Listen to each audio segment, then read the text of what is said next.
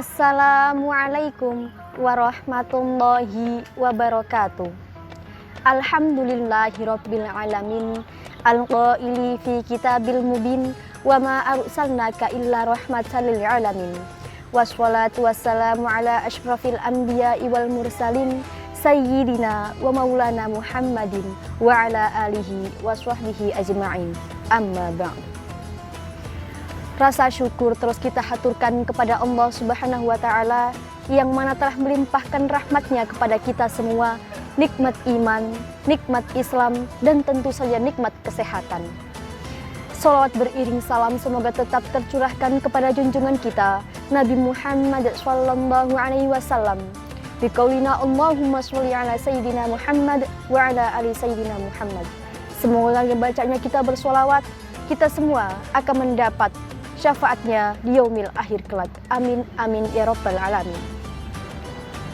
Saudara muslimku yang dirahmati oleh Allah, tentu saja tidak asing sebuah dalil dari riwayat Ahmad yang berbunyi, man arada dunya alaihi bil ilmi wa man arada al akhirah fa alaihi bil ilmi wa man aradahuma fa alaihi bil ilmi.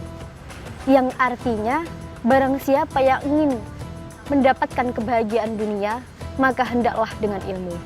Dan barang siapa yang menginginkan kebahagiaan di akhirat, hendaknya juga dengan ilmu. Dan barang siapa yang menginginkan kebahagiaan dari keduanya, maka hendaklah dengan ilmu. Saudara muslimku yang dirahmati oleh Allah, menuntut ilmu merupakan sebuah usaha dan ikhtiar seorang manusia untuk mendapatkan pengetahuan, baik itu pengetahuan dalam dunia maupun pengetahuan tentang akhirat. Bagaimana bisa kita seorang manusia tidak memanfaatkan waktu untuk menuntut ilmu? Karena setiap manusia, terutama umat Islam, diwajibkan untuk menuntut ilmu bahkan sampai ke liang kubur. Seorang ulama bernama Imam Abu Al-Qasim dalam sebuah Ar-Risalah Al-Qushairiyah mengungkapkan bahwasanya ilmu itu meniscayakan kepada ketenangan.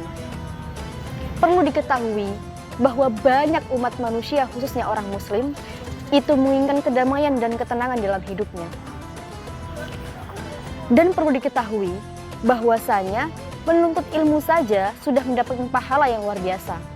Mendapatkan perlindungan dari Allah dengan mengutusnya Allah 70.000 malaikat untuk melindungi seseorang yang sedang menuntut ilmu. Apalagi di bulan suci Ramadan seperti sekarang, di mana segala amal kebaikan dilipat gandakan pahalanya oleh Allah. Adapun keutamaan menuntut ilmu dalam bulan suci Ramadan ialah yang pertama akan mendapatkan pahala yang luar biasa, yakni yang setara dengan 1 tahun. Yang kedua, mendapatkan kemuliaan di dunia dan di akhirat. Dan yang ketiga, akan ditempatkan di tempat orang-orang yang soleh. Yang kelima, ilmu itu merupakan sebuah amal jariyah. Jadi pahalanya pun tidak main-main. Kemudian, ilmu menjanjikan seseorang untuk dapat menghidupkan hati yang telah mati. Dan yang terakhir, orang yang sedang menuntut ilmu kemudian dia meninggal, maka meninggalnya termasuk ke dalam mati syahid. Masya Allah. Saudara muslimku yang dirahmati oleh Allah, menuntut ilmu tentu saja tidak mudah dalam perjalanannya. Seringkali kita mengalami gejolak atau cobaan dalam prosesnya. Namun ketahuilah bahwasanya gejolak itu merupakan tepian ombak yang masih kita lalui untuk sampai kepada samudra yang penuh dengan ilmu, yang penuh dengan kedamaian, yang penuh dengan ketenangan. Dalam menuntut ilmu, tentu saja kita perlu memperhatikan etika dan tahapan dalam prosesnya.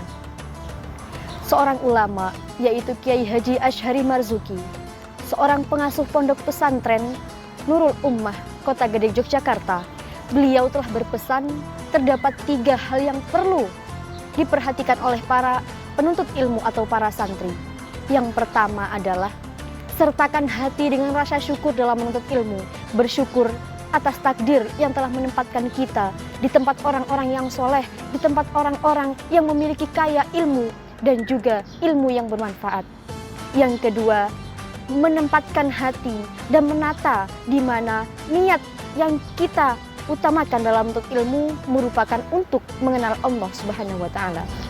Yang ketiga, menuntut ilmu bukan saja tentang menginap dan berteduh di pondok pesantren, akan tetapi kuatlah memotivasi diri untuk dapat ikhlas menuntut ilmu dengan jujur, menuntut ilmu dengan tekun, agar ilmu yang kita dapatkan dapat bermanfaat bagi diri kita dan juga orang lain, dan tentunya akan diridhoi oleh guru kita, diridhoi oleh orang tua kita, dan yang terutama diridhoi oleh Allah Subhanahu wa taala.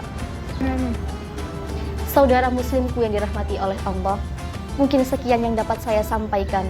Semoga kita semua selalu ditempatkan di antara orang-orang yang beriman, di antara orang-orang yang berilmu, agar kita selalu bisa mendapatkan ilmu yang berkah dan bermanfaat bagi diri kita sendiri dan orang lain.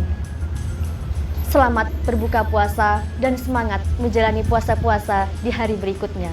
Saya Aminatul Husna, pamit undur diri. Billahi taufiq wal hidayah. Wassalamualaikum warahmatullahi wabarakatuh.